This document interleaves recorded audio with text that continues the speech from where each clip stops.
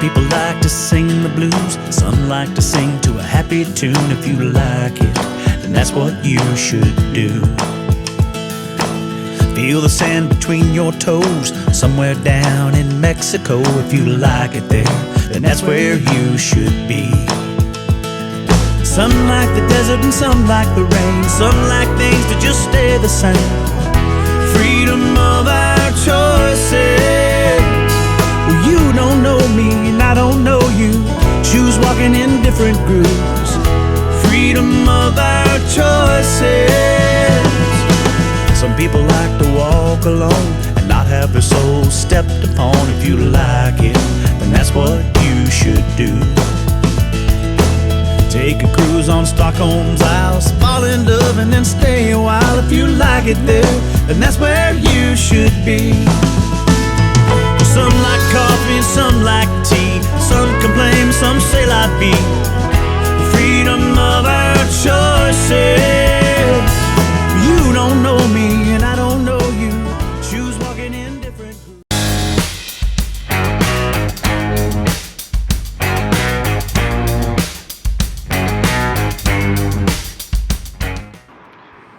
Joel here from Not a Normal Road Trip, and we made a big decision. We finally pulled the trigger. We did something big, and it's pretty exciting. That's a hint. We made an investment, a big one, the biggest one ever. And it is kind of intimidating.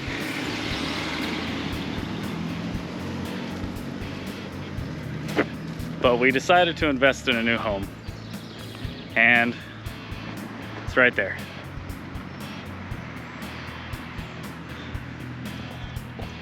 We sold our home here in St. Charles, Illinois, and we decided to take a leap of faith and pick a new state to live in. And in my opinion, the best way to do that was to invest in something like this to live in for a little while we travel the country and look for a new spot to live. So this is our 1997 Winnebago Itasca Sun Cruiser. And I'm hoping that it has everything we need to live in for a few months while we travel the Southeast and pick a new state.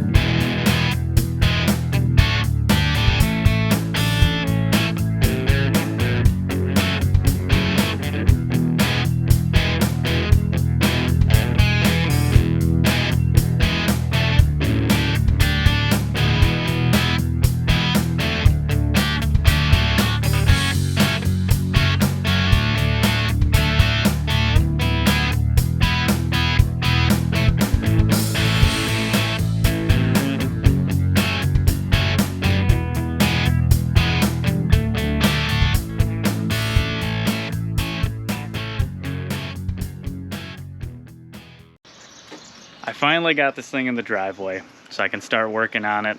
We've got a few days left till closing. We're pretty much moved out of the house, but I did buy a bunch of things to make this thing better to live in.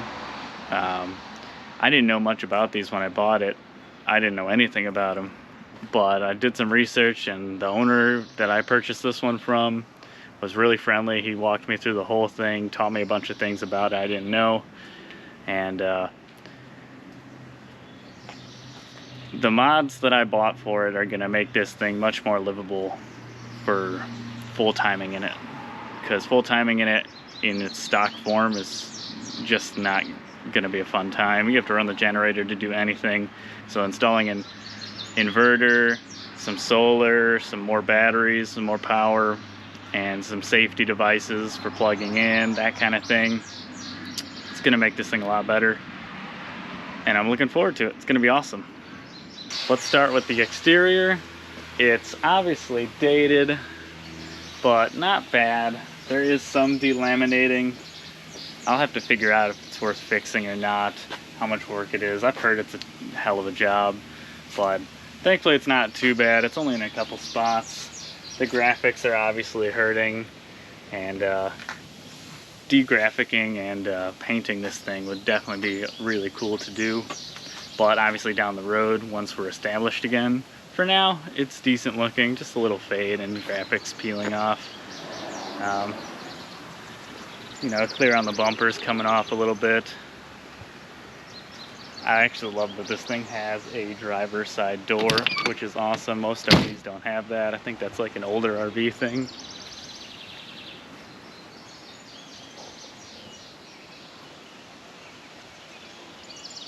Just dirty, needs a clean up. That might be the first thing I do, is just bust out the power washer and power wash this thing to mintiness. I did figure out how to undo this awning and put it out so I could check it out, and unfortunately it does have some tearing, but they don't seem to be very expensive, and I already ordered a new one, so that's coming in about a week. Let's take a look inside and see what we're working with inside. So this one, I think the steps are supposed to be automatic, but the switch got messed up and the owner just tweaked it. He ended up putting just a flip switch in, so up and up and down to go down. I suppose it's not the worst thing ever, because at least they still work, but I think they're supposed to be automatic. And moving on to the interior, it is not bad in here. We already did a pretty thorough cleaning, so all the fabric surfaces have been cleaned. Dash looks pretty good, not even a crack on the dashboard. Obviously used to have a tube TV, but we got some flat screens for in here from the house. All the cabinetry is in good shape. Everything works. The only thing I haven't tested is the oven and the range, but I don't foresee any issues there. Little microwave. I did test the fridge and freezer. Those seem to be working. I didn't test them on propane, so that's something to do. We got the little master bedroom here with the bed. I think we're going to be bringing our other mattress and tossing this one. Same thing. Cabinetry looks nice. All the window treatments are functional. I did test the air conditioning before we bought it. Both front and rear units work. I did get a little trigger happy when I first bought this thing and we had a chance to tinker on it just a little bit. So I already changed all of these light bulbs to LED. You know, I figured, oh, less power, that kind of thing. Into the bathroom. The bathroom is probably the thing I'm most disappointed about, just because it's so old and ugly. So, tub obviously is fine. It could use some caulking and cleaning. Some water damage around the top, it looks like. Again, new LED light in there. The fan works, just a little dirty. And the sink works. It's winterized because we get pretty rough winters here in Chicago. Toilet, everything works. So, not much to see in here, but what I really wanted to do is just scrub this thing, and I've seen that white paint that you coat this with, and it'll just make it look brand new without much work. So I'll definitely look into that later, but I think there's a national shortage on it or something, because I can't seem to find it at any hardware store. But pretty great in here otherwise. I have big plans for my driver's seat. I'm a car guy at heart, and so when I see this thing, I told my wife I want it to feel like I'm flying a spaceship, and that is not going to be far off with what I got planned. So I'm thinking that we will make some videos on this, since this is going to be our home base. This is what we're traveling with, and there's a lot of content out for this, but not a lot of content for everything.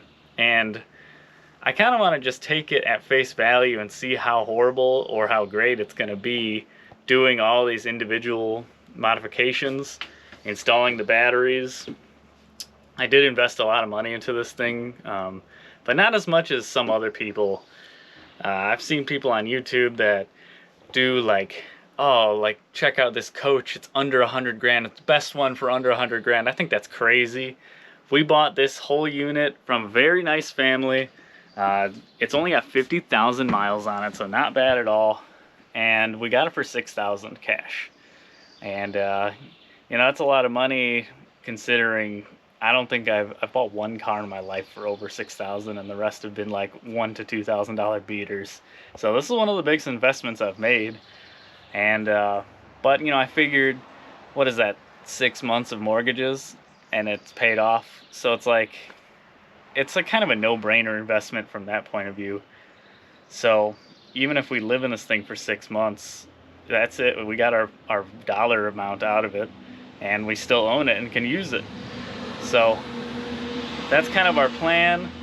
We're going to be heading southeast and looking at some states like Tennessee, North Carolina, South Carolina, Florida, maybe even into Texas.